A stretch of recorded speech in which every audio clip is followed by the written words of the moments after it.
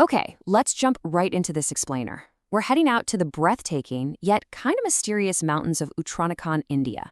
You might know it as Devbhoomi, the abode of the gods, famous for those stunning peaks and ancient temples.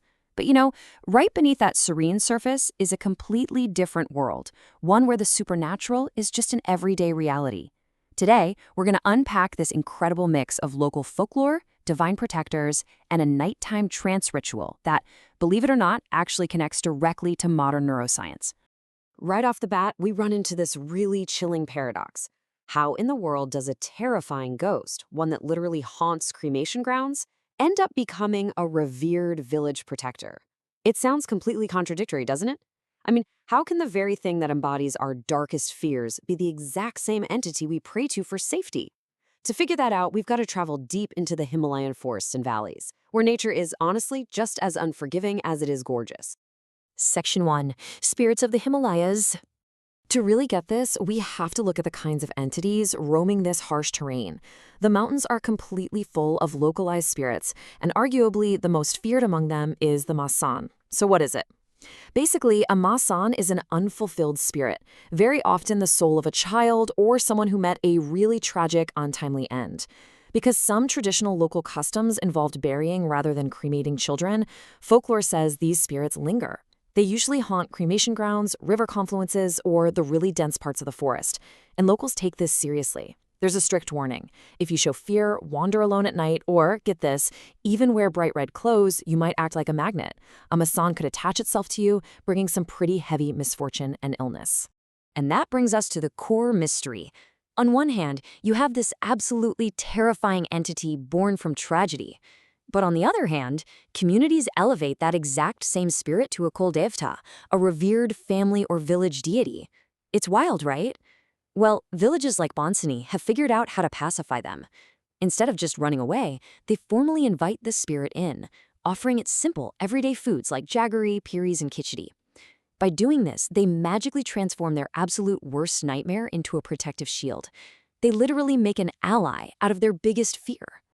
Section 2. The Supreme Protector, Bhairav. Now, the locals aren't just left completely defenseless against these dark forces. There's a supreme divine counterbalance. The universe demands balance, right? Enter Bhairav. He is the ultimate protector deity who effortlessly keeps all these negative energies in check.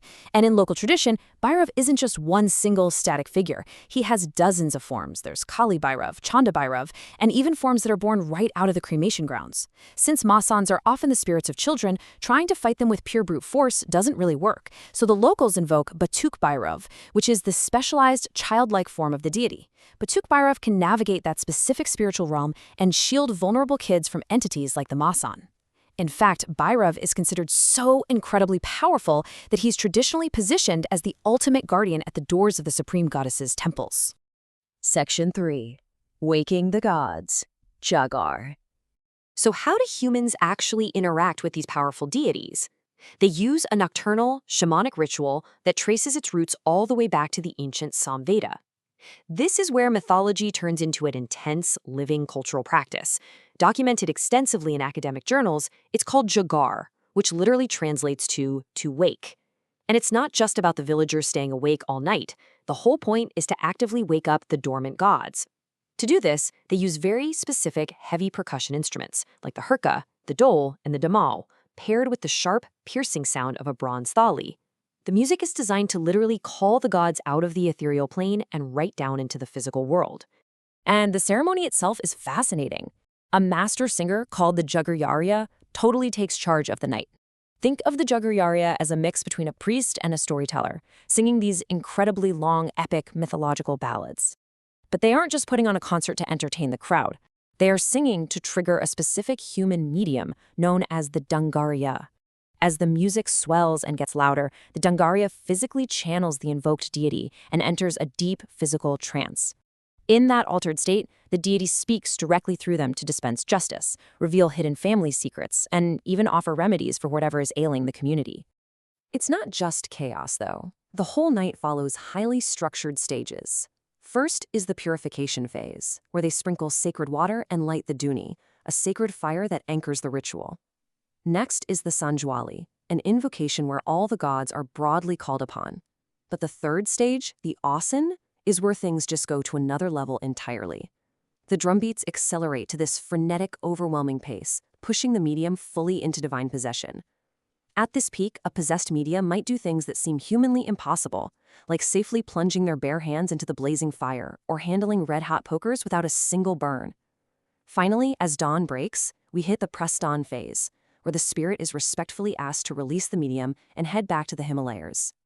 Section 4. The Science of Possession.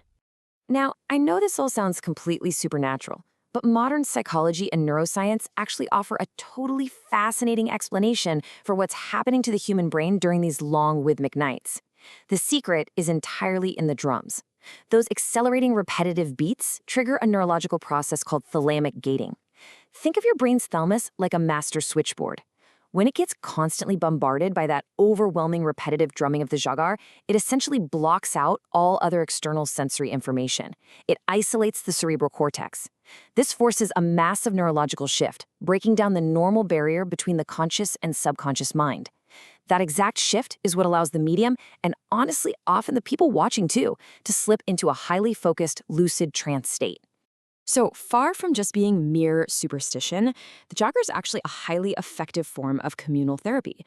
Just think about it. If someone is dealing with intense grief, a failed crop, or sudden illness, they don't just suffer alone in silence.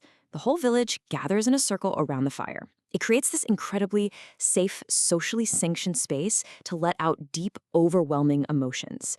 It purges sorrow, heals mental distress through massive cathartic release, and genuinely binds the community together. By bringing private, scary anxieties out into a public spiritual setting, people are stripped of their isolation. Section 5. Fear, Faith, and Healing. At the end of the day, these rituals are a profound psychological response to the extreme, unpredictable hardships of living in the high Himalayas. When you live in such rugged, isolated terrain, you just have to accept that you're largely at the mercy of nature. But by giving those unpredictable threats a face, like the terrifying Masan, and communally facing them down through the jagar, these villagers gain a powerful sense of psychological control and resilience. It's an absolutely brilliant coping mechanism wrapped up in deep spiritual devotion. And it's so vital to their cultural identity that when families migrate away to big urban centers, they don't leave it behind. Today, you'll see diaspora communities beautifully recreating these ancient ceremonies on modern auditorium stages in cities like Delhi. Microphones, raised platforms, the whole shebang, proving that the human need for communal healing totally transcends geography. It's incredible to realize that centuries ago, these mountain communities knew that just ignoring fear doesn't make it go away. You have to face it, name it, and process it together. So it really makes you wonder, how might our own modern, everyday urban anxieties be healed if we too had a structured, communal way to look our deepest fears right in the eye and completely transform them into faith and resilience? It's definitely something to think about. Thank you so much for exploring this amazing explainer with me today.